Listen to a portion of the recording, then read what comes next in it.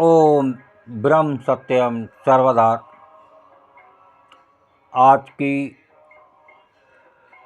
विशेष कबीर वाणी विशेष क्या है। आज इस संसार में सब लोग कहीं ना कहीं मस्त हैं। कोई अपने यार में मस्त है, कोई परिवार में मस्त है, कोई रिश्तेदार में मस्त है, कोई मोहल्ले में किसी से मस्त है, और कोई सारा दिन अपने कुछ मन मस्ती में, गाने में, फेसबुक में कहीं ना कहीं मस्ती में लगा हुआ है। और इस संसार में कोई किसी का नहीं है। और ये कबीरदास जी की वाणी साफ साफ संदेश दे रही है, जो है इस संसार में, जो आपको अंत तक का साथी है। आप हर पल वो हमारी मदद कर रहा है, हमारे शरीर को चलाने वाला वो है। हमें उसके लिए ही सबसे कम समय है। तो आइए एक कबीर वाणी द्वारा जानने की कोशिश करें, क्या सही है और क्या गलत। ये खुद निर्णय करें इस वाणी से।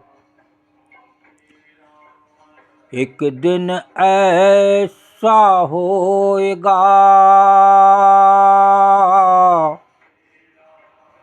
एक दिन ऐसा होएगा, कोई काहू का ना,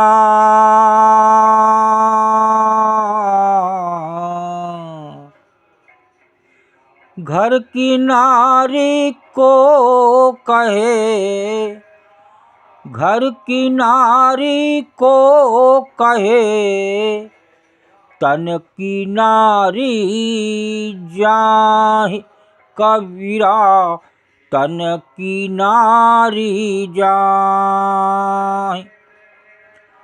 एक दिन ऐसा होएगा, कोई काहू का नाय, घर की नारी को कहे, तन की नारी जाहे। समय बीतते बीतते एक दिन ऐसा आएगा कि यहाँ कोई किसी का नहीं रहेगा। समय बराबर बीत रहा है, हम लोग सब अपनी आँखों से देख रहे हैं। कोई ना कोई रोज़ इस संसार को छोड़ रहा है। नित्य बड़ा दुखी होकर और लोगों को रुलाकर इस संसार से विदा होता है। फिर उसी दिन शाम को फिर वही हंसी मजाक और इधर उधर अपने मस्त जीवन में लग जाता है। तो यहाँ इस वाणी को समझें। ये संत की वाणी है, कबीरदास जी की वाणी है। वाणी हमें बहुत अच्छी लगती है, लेकिन वास्तव में इसके अंदर तक जाएं कि वास्तव में कबीरदास जी हमें क्या समझाना चाह रहे हैं। कि समय बीतते बीतते एक दिन ऐसा आएगा कि यहाँ कोई किसी का नहीं होगा और ना रहेगा। घर में रहने वाली स्त्री की कौन कहे, घर की नारी को कहे। हर जीव इस संसार से विदा होने वाला है। हर का समय दिन निश्चित है, जो उस प्रभु के हाथ में है। और अपने शरीर की नाड़ी भी साथ छोड़ जाएगी। ये जो अपने शरीर की नाड़ी है ना, तन की नारी जाए, तो ये किसकी कब छोड़ जाए पता नहीं। इसीलिए कबीरदास जी समझाने की कोशिश कर रहे हैं, एक दिन ऐसा होएगा कोई काहू का नाहीं। तो समय बड़ी तेज़ी से बीत रहा है, हर पल काल इस चोटी पर है। कब आप कहीं सफ़र कर रहे हैं, कब वो जाने वाली गाड़ी दुर्घटनाग्रस्त हो जाए, कब हवाई जहाज़ दुर्घटनाग्रस्त हो जाए।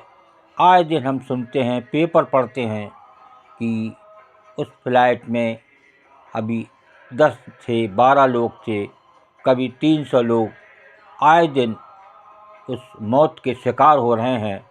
लेकिन हम उस प्रभु को याद में कमी आती जा रही है और नित्य संसार में इधर उधर भटकते रहते हैं।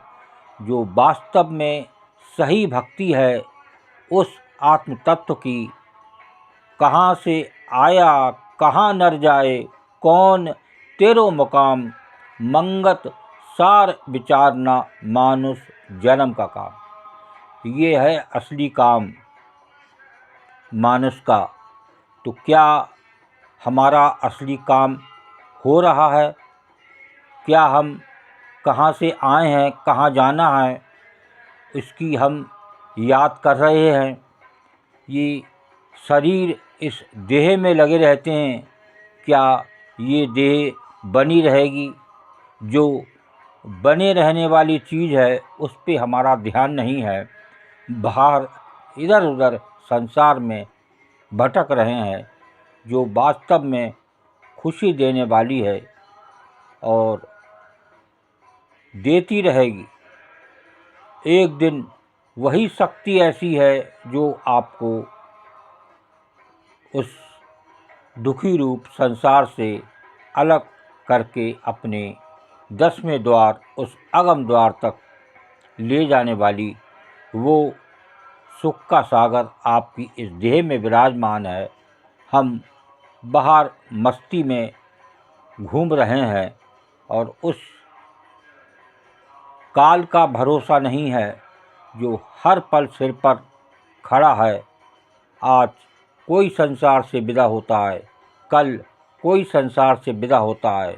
हमारी मौत तो आनी ही नहीं है, हम तो अमर हैं, ऐसा भाव रख के हम तो आए हैं तो पता नहीं क्या क्या करके जाएंगे, ऐसी भावना मन में रहती है।